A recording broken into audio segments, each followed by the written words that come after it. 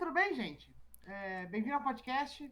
E bom, esse podcast vai falar um pouco, né, sobre uma dúvida, que eu não sei se vocês já tiveram, mas vocês já perceberam que quando a gente tá na escola, a gente aprende um monte de coisa complicada, que nem sempre a gente vai utilizar em muitos aspectos da nossa vida, e esquece um pouco de como ela produz uma mudança crítica para nossas vidas, nossos conhecimentos, que é basicamente por que está acontecendo essas tantas mudanças climáticas que está afetando a gente, ou muita gente também está ficando meio perdido de por que está acontecendo, como isso afeta a gente. E bom, a escola, pelo menos, deveria estabilizar um pouco dessas dúvidas, instalar um pouco esse conhecimento que a gente tem, certo? E bom, com isso, hoje eu trouxe um amigo meu, né, que gosta muito sobre esse assunto, chamado Arthur. Boa tarde, pessoal. Sou o Arthur, tenho 25 anos, estou cursando licenciatura em Ciências Naturais e Exatas junto com o Guilherme. E a gente até que gosta de conversar bastante sobre esse assunto, então a gente veio expor nossas opiniões com vocês através desse podcast aqui. Espero que vocês se sintam confortáveis ouvindo esse podcast e, se possível, depois vocês compartilhem suas ideias com a gente. Então podemos começar, Gui? Podemos, podemos. Bom, eu acho que um primeiro tópico que a gente poderia falar, né, para vocês pensarem um pouco, é o que é o pensamento crítico. E o pensamento crítico, basicamente, é uma ideia onde as pessoas estabelecem para criar raciocínios e ideias que criticam ou pensam a saber de algo. E bom, eu acho que uma coisa muito importante que já deveria ser trabalhada desde o início é a própria matemática crítica na educação. Você não acha, Arthur? Concordo bastante. Até porque a matemática crítica não propõe um ensino mecanizado de matemática como a gente está acostumado. Por exemplo, você deve ter ouvido muito seus pais saber que eles sabem a tabuada de cor, eles decoraram a tabuada. Isso foi um ensino mecanizado.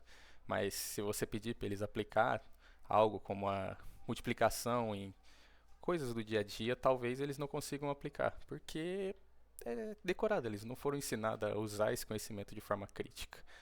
Foi uma memorização sem uma aplicação reflexiva. Então, a matemática crítica ela vem para que você entenda como é a matemática e como pode usar ela para questionar o mundo. Seria uma linguagem para decodificar tudo que tem ao seu redor, não só você fazer soma e aprender a fazer o seu imposto de renda, mas entender o que está por trás desse imposto de renda. Por que, que às vezes você paga mais em certas coisas do que você acha que deveria pagar.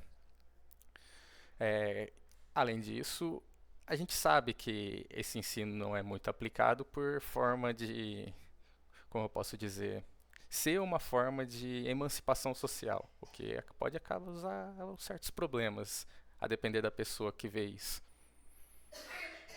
Isso tem até um pouco de histórico, né?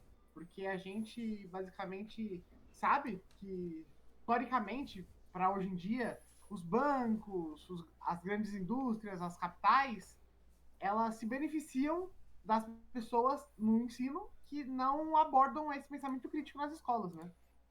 Sim, bastante. É uma forma de estagnação social, dessa forma, de você manter o status quo como ele está.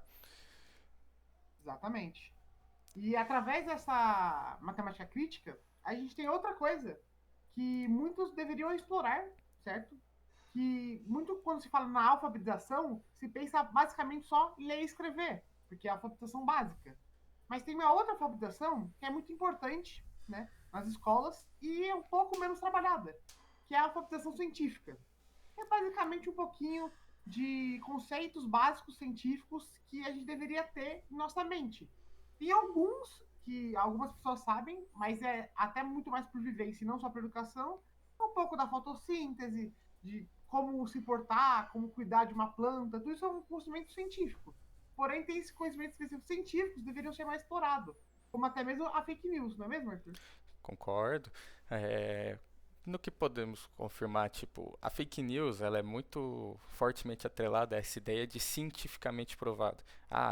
Às vezes aparece que, como eu posso dizer, funcionou certo medicamento em alguém e em outras pessoas, por N razões talvez, a pessoa pudesse ter uma imunidade bem forte, mas por ela estar tomando aquele medicamento e ter acontecido um efeito placebo, é, outras pessoas acreditam que por indução, ou seja, teste, elas deduzem que vai funcionar com elas. E muitas vezes não é assim.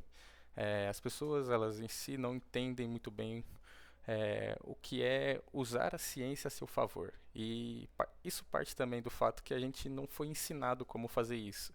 Porque o ensino de ciências em si, como ele é dado atualmente e também na minha época, ele é mecânico também, igual a matemática. Você aprende, né? Te mostram uma fórmula, te mostram um conceito científico e ele é muito desamparado da realidade.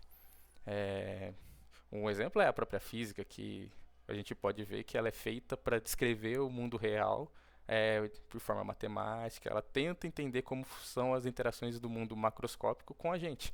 Mas você lembra de ter aprendido a fazer essa correlação na escola, Gui? Alguma vez? Aprendendo física?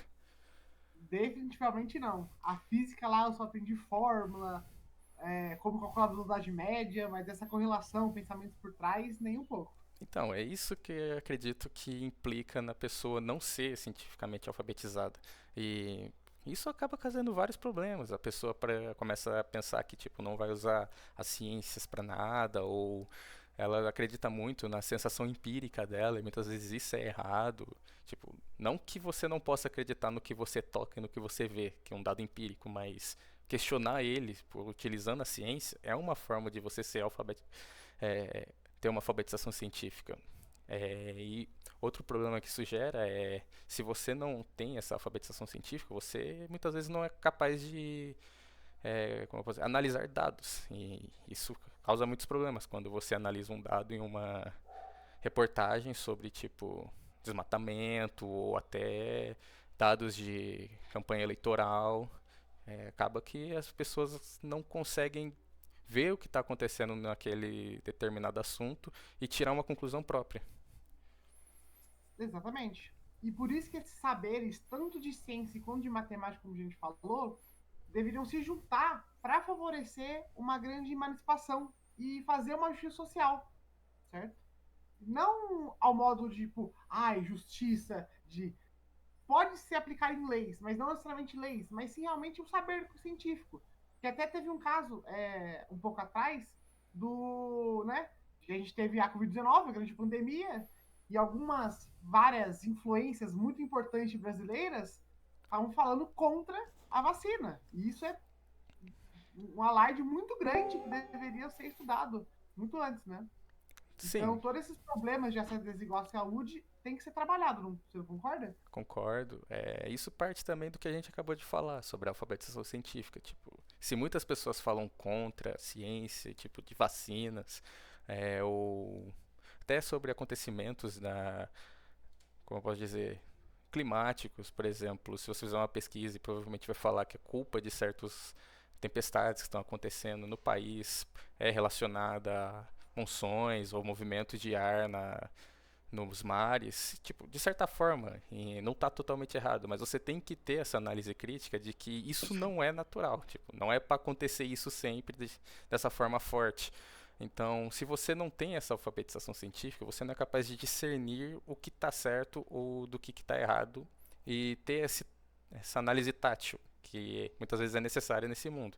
Você vai seguir a vida com o que os outros falam e se é um pouco complicado você ter um efeito manada tão grande num país que às vezes acontece de levar as pessoas a não se vacinarem, ter um acesso desigual à saúde e complica muitas políticas públicas, mantendo um É, status quo que se propaga através disso, da ignorância.